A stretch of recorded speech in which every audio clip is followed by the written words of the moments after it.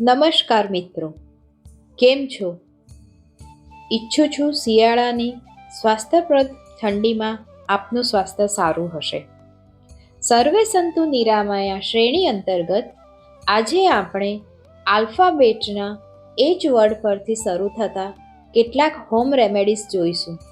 તમારું કિચન એ જ તમારી ઔષધશાળા છે. તમારે તમારા સારા સ્વાસ્થ્ય માટે બીજે ક્યાંય તપાસ કરવાની જરૂર નથી. ઘણા એવા ઉપયોગી હોમ રેમેડીઝ તમને કિચનમાંથી જ પ્રાપ્ત થઈ શકશે. એવું જ એક પ્રાપ્ત રેમેડી છે હની.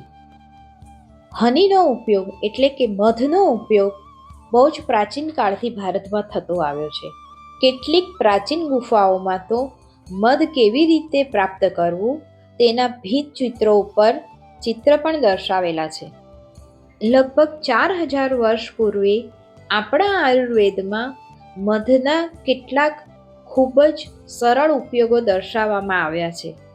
મધ પાચન તંત્રની તકલીફો દૂર કરવાનો ખૂબ સરળ અને સસ્તો ઉપાય છે. આવો મધના કેટલાક વધુ ઉપાયો વિશે જાણકારી મેળવીએ.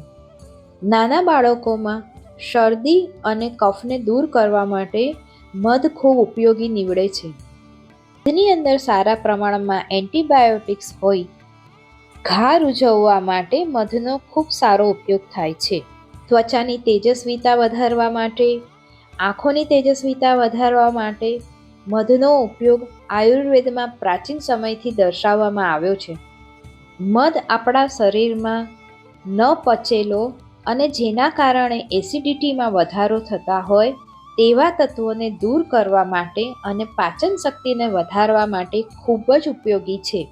મધ આપણા શરીરમાં રોગપ્રતિકારક શક્તિ વધારવા માટે, ઘા રૂઝવવા માટે અને કફ જેવી પ્રકૃતિને દૂર કરવા માટે ખૂબ જ ઉપયોગી છે.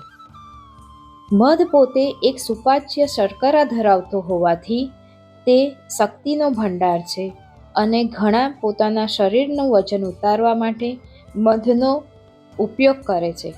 પરંતુ મધ પ્રકૃતિએ ગરમ હોય તેનો ઉપયોગ યોગ્ય પ્રમાણમાં કરવો ખૂબ જ જરૂરી છે.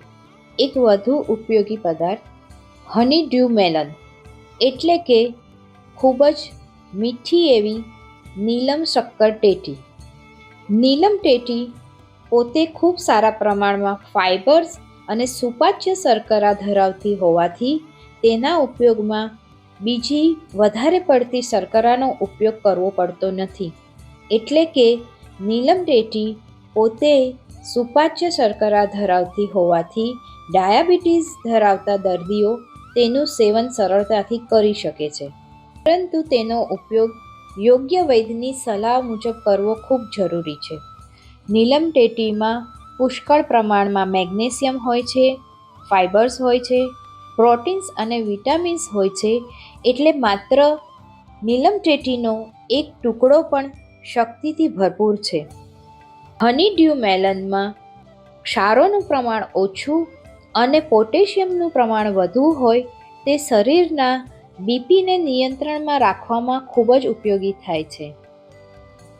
હની મેલન વિટામિન કે, ફોલેટ અને મેગ્નેશિયમનો ભંડાર છે જે હાડકાને મજબૂત કરવા માટે ખૂબ જ ઉપયોગી થાય છે. હની ડ્યુનો નિયમિત ઉપયોગ ડાયાબિટીસના ભયને અટકાવે છે. પરંતુ આપણા શાસ્ત્રોમાં કહેલું છે કે અતિ સર્વત્ર વર્જ્યતે એટલે કે કોઈ પણ વસ્તુ અતિશય પ્રમાણમાં લો તો તે નુકસાન કરતી હોય છે. માટે આપણા રસોડામાંથી પ્રાપ્ત થતા આ હોમ રેમેડીઝનો યોગ્ય પ્રમાણમાં જો ઉપયોગ કરીએ તો તે દવારૂપ બને છે અને વધુ પડતો ઉપયોગ ઘણીવાર નુકસાનકારક પણ થતો હોય છે.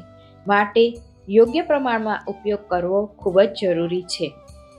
જેમ કે સવારના ઉઠતાની સાથે થોડું હૂંફાળું પાણીનું સેવન કરવું ખૂબ લાભદાયક છે. પરંતુ જમવા બેઠા હો તે દરમિયાન પાણીનું સેવન કરવું હાનિકારક છે. હા, તે સમયે પાણી સાથે રાખવું ખૂબ જરૂરી છે. જમવા દરમિયાન કોઈ પદાર્થ તીખો લાગે અથવા કંઈક ગળામાં અટકી જાય તે સમયે પાણીનો ઉપયોગ કરવો જરૂરી છે.